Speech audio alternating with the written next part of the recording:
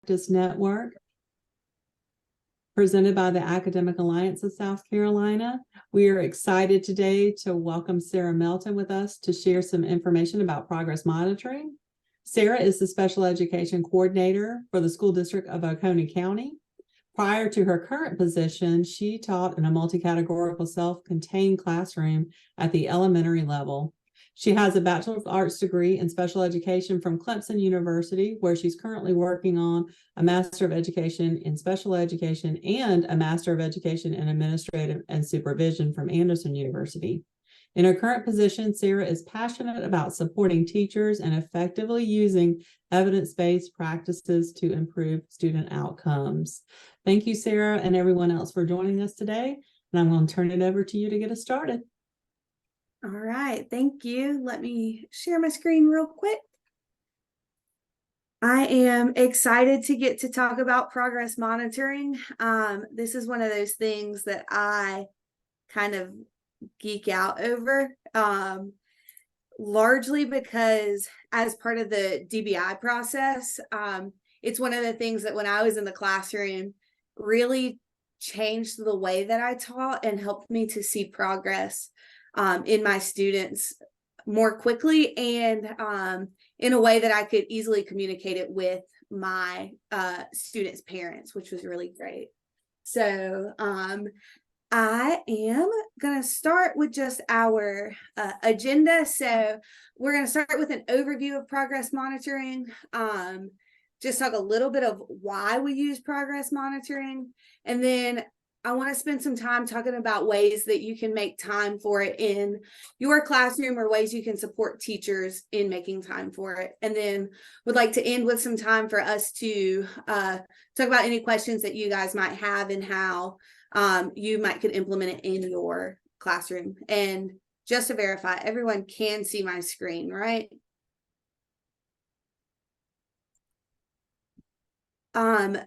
Drop in the chat your name, your district or school or organization, whatever you work for, what you do, and then the Thanksgiving dish that you're most excited for this year.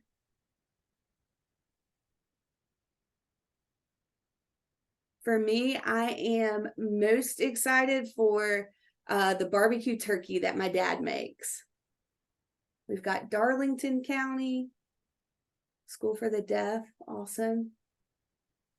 Pumpkin pie, all right. I'll be looking forward to pecan pie.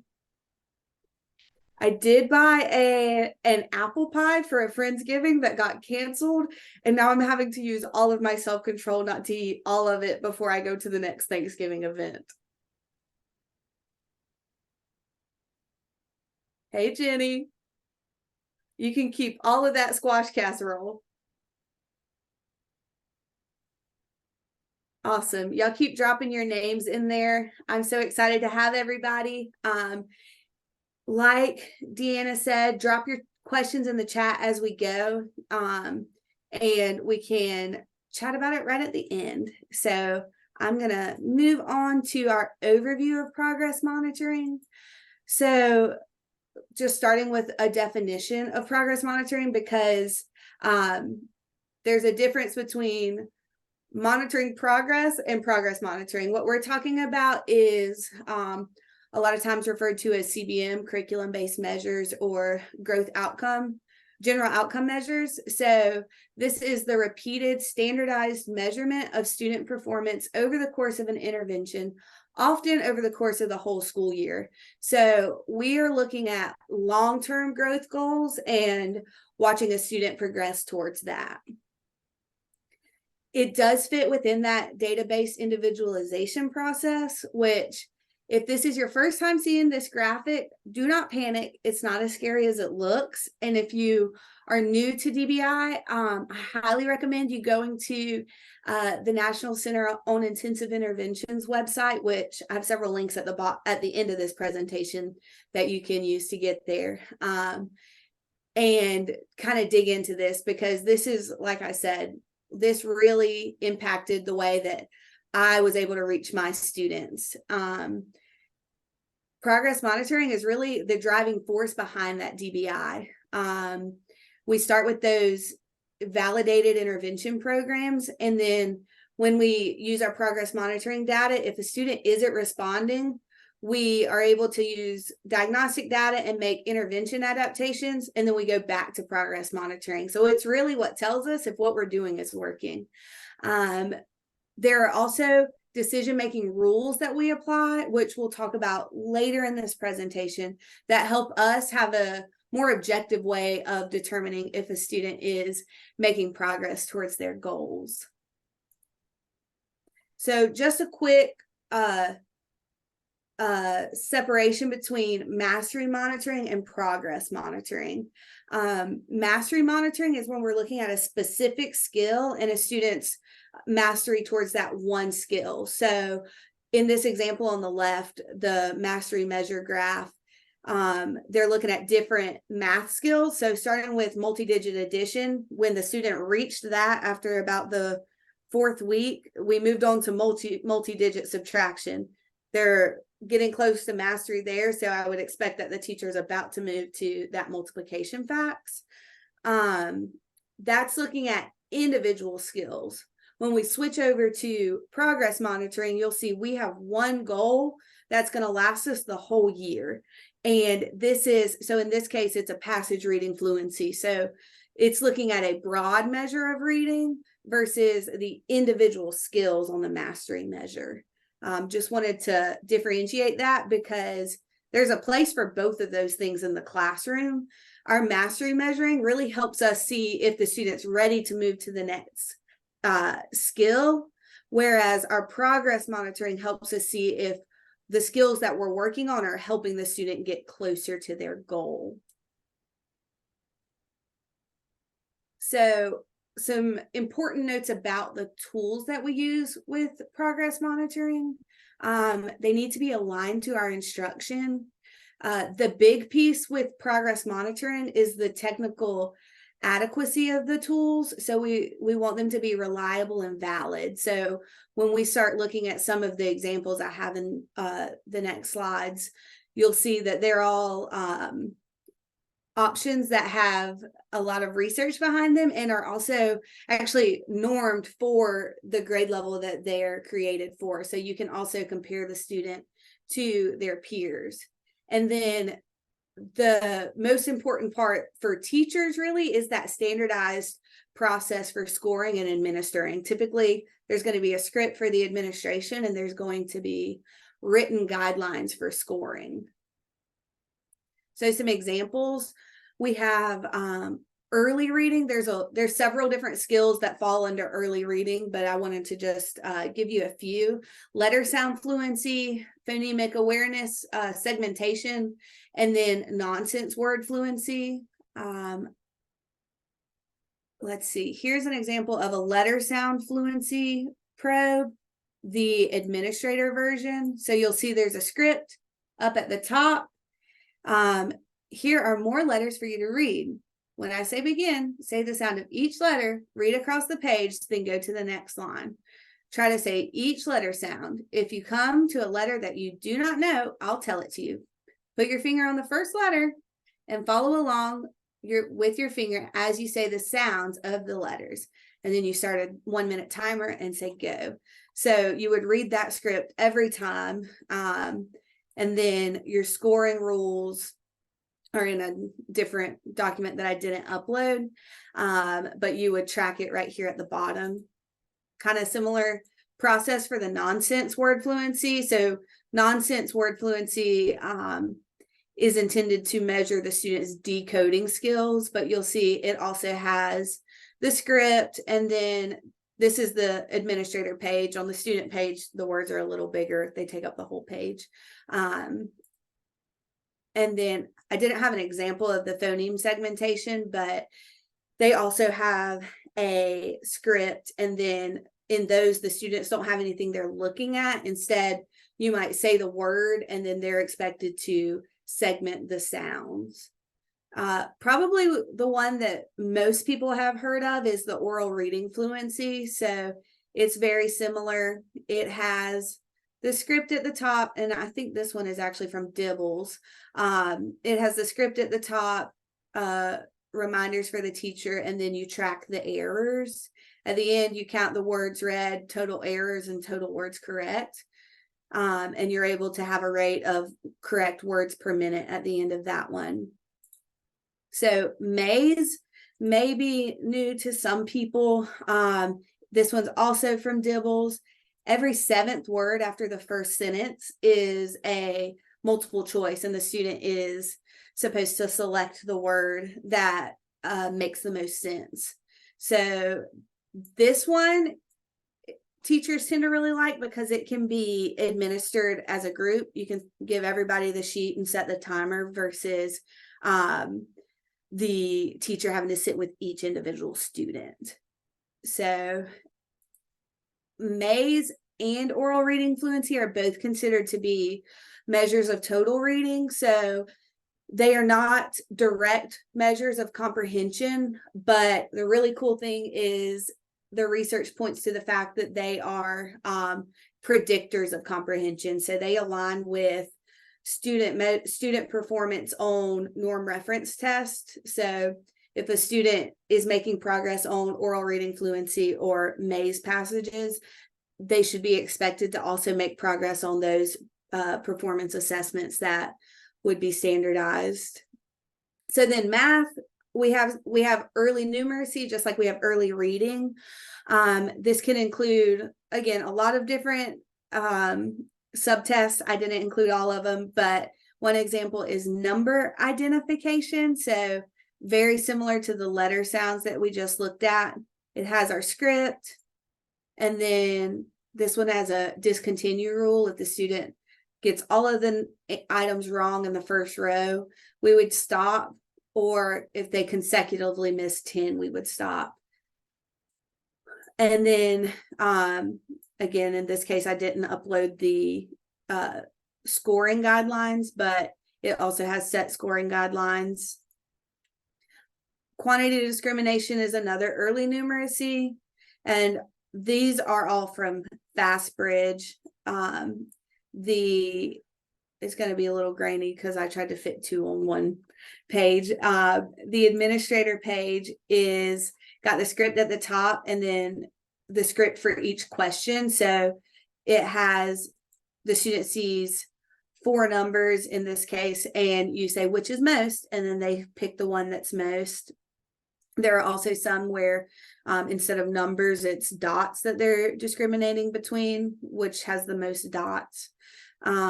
Computation is one for older students, and this is from the Fuchs computation probes. And this one is a good example of having scoring rules. So math probes, the scoring guidelines have different rules for each type of operation. So for addition, you score from right to left. If there's a decimal, you score in a different way, or if it's division, you score from left to right. So again, I didn't have the teacher manual for this one, but they all have their own scoring guidelines. And then there are writing ones as well. Writing tends to be where we have the least amount of research and the least amount of commercial products. So these tend to be ones where you kind of have to create your own unless you're lucky enough to work in a district where they purchase it. Spelling. So the way those look is there's a picture on the left side and the student is supposed to spell the word on the right side. And then a paragraph writing with story starter. So it might say, I went to the zoo and then the student finishes the sentence and writes a paragraph. There's several different ways you can measure that. One of them is just total words written, and we're not looking at whether they're correct or not. It's just the number of words. We can do correct word sequences. So whether they make sense in the order that they're written. And then there's correct words written. There's several different options for scoring those based on your needs. These charts I thought would be helpful for you guys moving forward as you go to start using some of these measures of what's appropriate for the different grade levels. So for your early reading, these first several are in the early reading. They're that kindergarten to first grade. And then when we get into passage reading, that is going to be starting at first grade and on. Same for math. Early numeracy is that K through 1.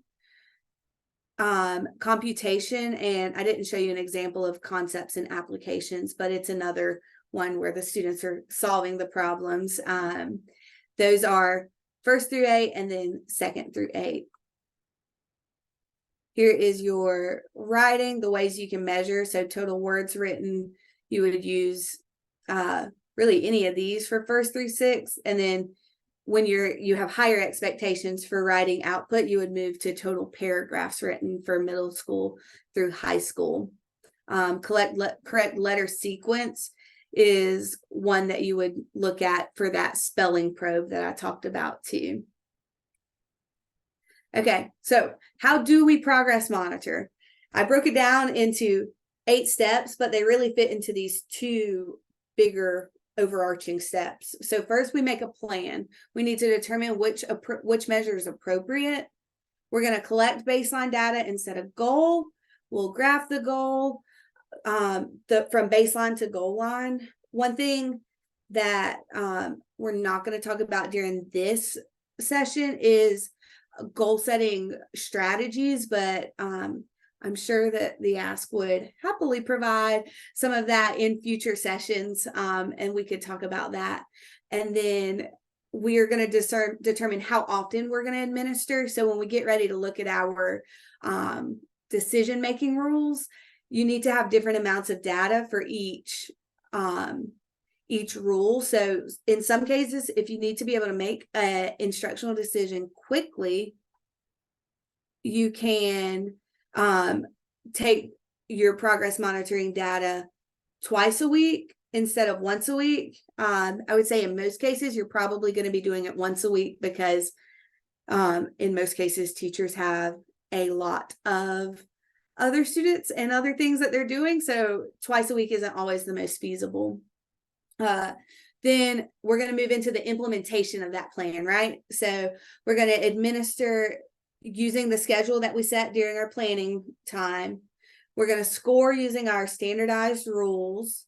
We're going to graph the scores. That's one of the most important parts because we're going to use visual analysis to determine if we need to make a teaching change. And the really cool thing about graphing the scores is it helps parents and other stakeholders who may not have the special ed backgrounds that we have, being able to understand what you're saying when you're talking about the student's progress because they're able to see that graph. And then once enough data is collected, we make an instructional decision, which we'll talk about in a future slide. And then after that, we repeat steps 4 through 7 until the student has met their goal. So our decision-making rules. I'm going to talk you through this rule, but then I've got a few graphs to give you an example of what it could look like. The 4-point rule, we can do it in as little as 3 weeks. We have to have at least 3 weeks of data and 6 data points. So if you wanted to make that decision within 3 weeks, you would need to be collecting 2 data points a week. If you're only collecting 1, it would be 6 data points or 6 weeks. So we're going to look at our 4 most recent data points after we've met that first criteria. If all of those data points fall above the goal line, we're going to raise our goal. We're going to push our student a little harder. If they fall below the goal line, we're going to make an instructional change. And then if they're above and below, kind of mixed, we're going to keep collecting data until the last 4 are above or below. So here is an example of a graph. You'll see in this case, we have 6 data points and 3 weeks of data. We actually have 6 weeks of data because we're collecting once a week in this case. Let's look at our last 4 data points, 1, 2, 3, 4, and they are all below the goal line. So our decision would be to make an instructional change. And The types of instructional changes are not things we're talking about today. That would be further down in the DBI process. But the NCII has a lot of really good resources if that's something that you are wanting to learn more about, of how to make that instructional change. Okay, so this line represents the fact that we made an instructional change. This is our phase line. So we have 6 new data points, and our last 4 data points are mixed, right? We have 2 that are below and 2 that are above. So our instructional decision is going to be keep collecting data. In this graph, we continued to collect data, and now we still have our 6 weeks of data and 6 data points. So we can make a decision because all of our 4 most recent data points are above the goal line, which means we should raise our goal. We have found something that works for this student. The next one, and this is me again being a total nerd. This is my favorite decision-making rule. It's the trend line rule. We do have to have 4 weeks of data, so it takes a little bit longer to get to the point of being able to use this, and 8 data points. So on your graph, you're going to add a trend line to your data set.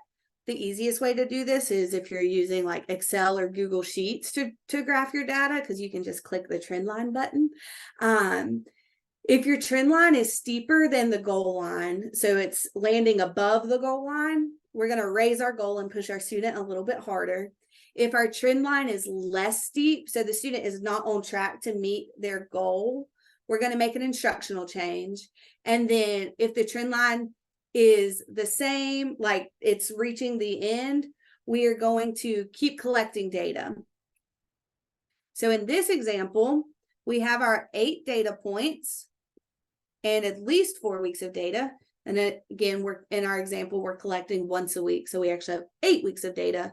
Our trend line is less steep because we are not on track to get to our goal. So we need to make an instructional change. If the student keeps growing at this rate, they are not going to meet their goal by the end of the year. Okay, this one I kind of threw in as a little bit of a trick because we do have enough data points, but our trend line is parallel. So the slope is the same, but if you look at our end goal, we are not on track. The student's not going to meet their goal if they keep growing at this rate. So we would want to make an instructional change. So you're really looking at that end point of our goal line. So here we have all of the data we need, and we are right on track to meet our goal. So we'll keep collecting data. And finally, with this one, we kept collecting data and the student is on track to surpass their goal. So we're going to raise our goal and keep pushing the student. Tara, I will put the link to this in the chat at the end so that y'all can have access to the presentation. Okay, so why should we use progress monitoring? So your first reason is IDEA says we have to progress monitor, right? This is from the definitions section of section 114D, and it's part of the definition of the IEP. So it says it'll include a description of how the child's progress will be measured and when will it be measured? When will the reports go home? And it also says in this section, continued from that same definition, that it's how the student's going to make progress in the general education curriculum. And we cannot know if they are making progress in the curriculum if we are not measuring the progress, right? So the simplest reason for why progress monitoring is we're supposed to do it, but specifically this type of progress monitoring has some other benefits. One of which being that it helps us as teachers know if we're being effective. It takes the guesswork out of our instruction. In as little as 3 weeks, you can make that instructional decision and know if you are supporting the student to the level that they need. It's efficient. Most of the probes take 1 to 5 minutes. Some of the math ones can be a little more clunky because you have to score them, but even then it's really not a huge amount of time. And then that third benefit I've mentioned a couple times already, it's easier for all of our stakeholders to comprehend. And an example of this, in my classroom, I taught an elementary self-contained classroom. So I had students with autism, OHI. It was a multi-categorical class. So we had the whole spread of all of the disabilities. And I would show my students their graph, and we hadn't even really covered graphs in math yet, but they knew that if their graph was going up, we talked about it like a growth chart, it was their learning was growing. So even our students in the elementary levels can understand that if it's going up, they're making progress. So this is the part that I wanted to spend the most amount of time on, along with hopefully you guys have some questions and discussion points you want to talk about. But how do we make time for progress monitoring? If you're a self-contained teacher, you probably have 10 to 15 kids. But if you're a resource teacher, you probably have a lot more than that. Or even in some cases, gen ed teachers are being expected to do this. I think the most important thing is making sure we start with that plan. Prior planning prevents problems. This was the mantra of my student teaching supervisor in undergrad. And that is that has resonated with me since then, right? When we have that plan, there's no, I just got to squeeze it in, or no, like trying to figure it out on the fly. So we want to make a plan first for when we're going to progress monitor. You don't have to do all of your students on the same day. Can you consider maybe adding like 3 minutes to the end of your intervention and progress monitor 1 or 2 students? An oral reading fluency probe or a letter sound fluency probe takes 1 minute to administer. If you include doing like the reading the script and getting the student to the table, I say like 2 to 3 minutes. And it's really quick to score. Things like maze are even easier because you could give it to a whole group of students at the same time because they work on it independently. You could also consider, if you're working with a 4-day-a-week intervention group, maybe using that 5th day and progress monitoring all the students on that day. And then another thing that I highly recommend is putting a little spot in your calendar when you're supposed to be at your 6 or 8 data point mark, so you know that it's time to look at the data and determine if you need to make a change. But really, it's finding what works for you or for your teachers. So for me, doing the 1 student at the end of the group is kind of what worked for me. But I have plenty of teacher friends that would prefer just to have the Friday is our progress monitoring day. We do that every Friday. So being willing to be flexible and go back to the drawing board if it's not working for you, I think is the most important thing. And then some tips for making it more efficient. First of all, just making sure you have your materials ready. When I was doing paper pencil administration, I had a folder for each student that had like the prong folder. So I would 3-hole punch all of the probes and have them in there. And then I would just have to pull that student's folder each time we were getting ready to progress monitor. Some districts already have web-based systems that they can use for progress monitoring. FastBridge is the one that my district uses, and it makes the graph and does everything for you. But if you're not using one of those systems, I highly recommend graphing as you go. So enter those scores into the spreadsheet so that when it comes time to analyze the data, you're not also having to jump through the hoops of entering in 6 to 8 weeks worth of data for all of your students. And then My last and maybe most important tip is making sure you select the appropriate measure. So if a student's ready to do the maze, don't have them do oral reading fluency, because if you've got 10 students doing oral reading fluency, that's 10 extra minutes you've got to spend that week. Whereas if you had 10 students doing maze, you can do all of those in the same 3 minutes. So make sure you're selecting in general, you want to select the most advanced one the student can do, so that it can measure their growth across the whole year.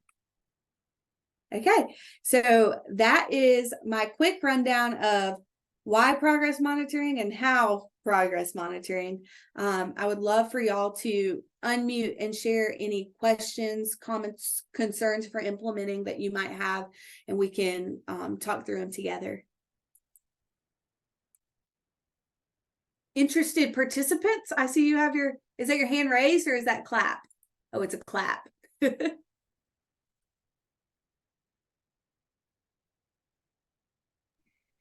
So while people are thinking about things they might want to share, and you know how they get things done. If people have good ideas of how they do that, I was a 1 day a weeker like you, like some other people that I did my probes on 1 day, and that was a catch up day and for kids and practice day. So, but think about how you're getting that schedule done. But I do want to share a document that we have from. I'm going to share my screen very quickly, and hopefully I can get this pulled up. Oh, maybe not. We have a 1-page document that we're going to share with you. Sorry, not showing up right now. So let me try again. We have a 1-page document on progress monitoring, and I am going to put the link in the chat box. And what it has in there is a simple thing about the introduction to progress monitoring, and it has resources on it. And so we want to make that available for all of our participants today to see that you can have this. You can do whatever you need to do with it. It's a great tool. It's got links in it that are live that will take you right to some good resources. And so there it is. Let me see if I can pull it up now. Finally found it. Love technology when it works. But here's our document. And you can kind of look and see that we've got live links in here that will take you to some different resources, including an introduction to progress monitoring learning module from NCII that we have, and also just some great websites that are free resources for you as you go. So just know that that's going to be there. And then the other link we're going to put in is for to sign up for our newsletter, because this is where we share all of our resources. We do have a website coming, and we have a temporary website, and we'll be loading your PowerPoint and also this recording on our temporary website until we can get our real website. So that will be in the chat as well. And I'm going to go ahead and drop the link for the presentation today too, in case anybody wants it now. Y'all are welcome to make a copy and take it back to your staff as is, make changes to it. I did want to share, I forgot to share the resources page. I wanted to talk you through a couple of these. I tried to be really intentional in using resources for this presentation that if you shared it with a teacher, it would be easily applicable to their classroom. So the first few are from NCII. One's just the webpage on progress monitoring, and then there's 2 modules. The first one is just what is progress monitoring, and then I think the second one is selecting a progress monitoring measure. And then that 4th link is to just a presentation from NCII. 2 IRIS modules on progress monitoring, and then I used this book, The ABCs of CBM, for several of the resources. I used that book in one of my grad school classes, but it has been a quick reference for me for a couple of years now.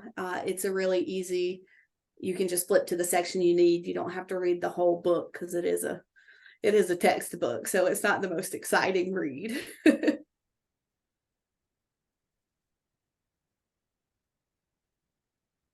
And Tara, I saw, where can we find the screeners and resources? Was a question you put in there.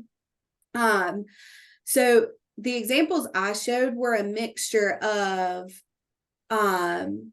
Fastbridge, which my district purchased, but then I also had some Dibbles in there, which Dibbles 8 is still free on the University of Oregon's website. If you do a Google search for Dibbles 8, it should come up. They have screeners and progress monitoring tools. So one of the big things with progress monitoring is that it has to have enough forms to be able to give it weekly. And Dibbles is probably the best resource out there for the reading when it comes to free resources for the reading progress monitoring. The math one that I showed was also Fastbridge, and then the Fuchs have some tools that you can buy.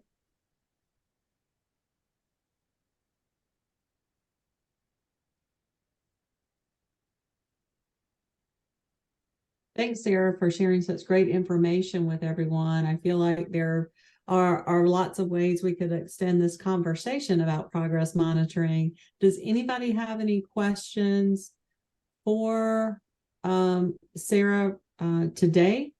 And another question, if you drop into the chat as well, any interest moving forward in other evidence-based practice network topics could be related to progress monitoring. Like Sarah mentioned, maybe future goal setting strategies or something else. As she was talking, it made me think of instructional decision making and changes would be a good, maybe a good topic we follow up with as well. So please give us your thoughts and feedback regarding what your interests are in this area. And I am adding my email address to the first page of the presentation in case anybody thinks of questions down the road about my presentation. I'd be happy to answer questions for you.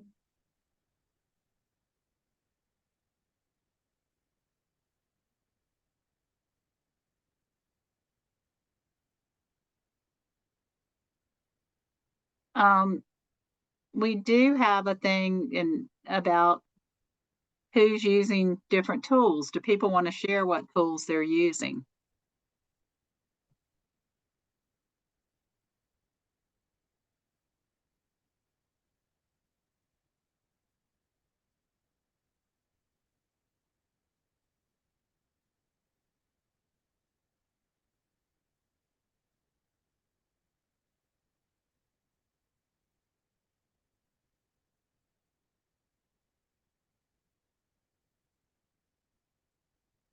Does the silence mean we are not progress monitoring yet?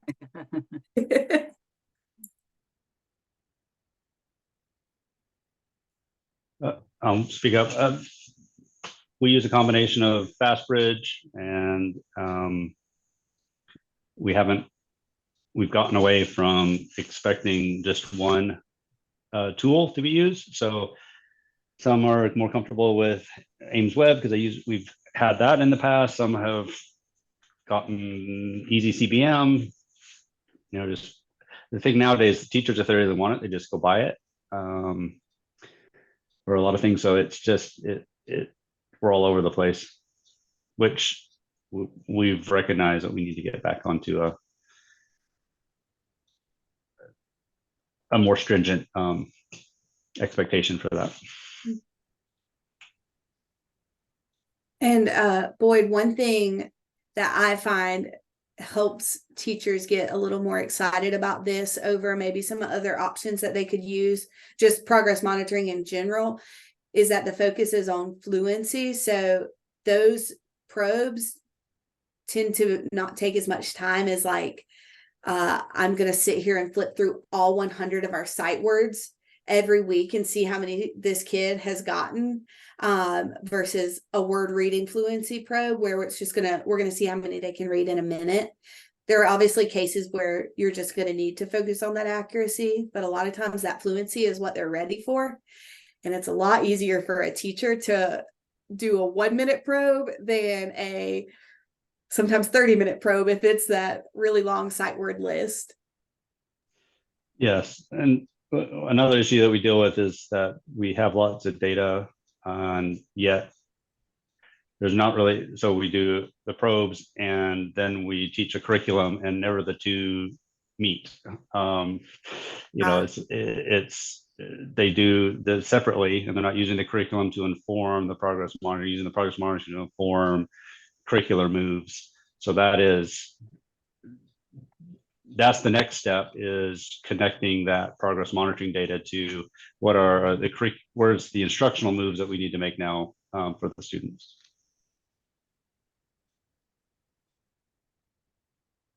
I think another thing when people are thinking about probes, and like maybe you're a district level making those decisions, the National Center for Intensive Intervention has great information on all the different tools that you can kind of get as I say, information about, what's included, how they're ranked, the reliability, the validity of their tools. So that's a great one.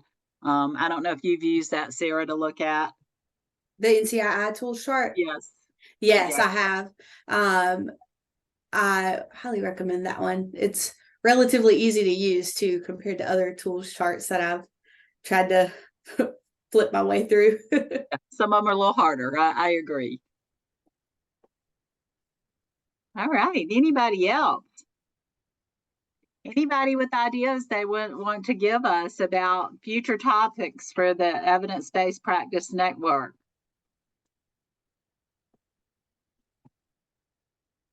As we are planning additional times, if you have ideas, you can certainly let us know. Do sign up for our newsletter, and we are just looking forward to having future events. Deanna, you got anything else? Yeah, I just wanted to thank everybody for attending today and wish you a happy upcoming holiday break for Thanksgiving. If you're going to be at the TASK conference after the break in Greenville, we'll be there. Come see us. Susan and I both will be presenting. I will be presenting on cognitive and metacognitive strategies, and Susan's going to be presenting on executive functioning. And really, we'll probably be together both for both presentations. So come, we'll have a table there, visit us, talk to us about how things are going in your district, and we'd love to see you there. And I did drop in the chat the link to our mailing list. The one-pager link is there, as well as our temporary website right now, which is just a Google site, but we hope to have our other one up and running soon. Special thanks again to Sarah for sharing this wonderful information with us. She has also agreed to just do a quick little YouTube short that we'll post as well about progress monitoring. We're on social media. It's not Twitter anymore, but the X, and oh gosh, I'm not our social media coordinator. That's Susan. We're Instagram. Instagram. And then we do have a YouTube channel that we are putting all of our shorts on. And so we'll share those. I don't have that link handy right now, but we will advertise those again. So yeah, it's linked into, if you go to the temporary Google site, it's linked in there as well. So thanks again, everyone. Have a great afternoon. Thank y'all.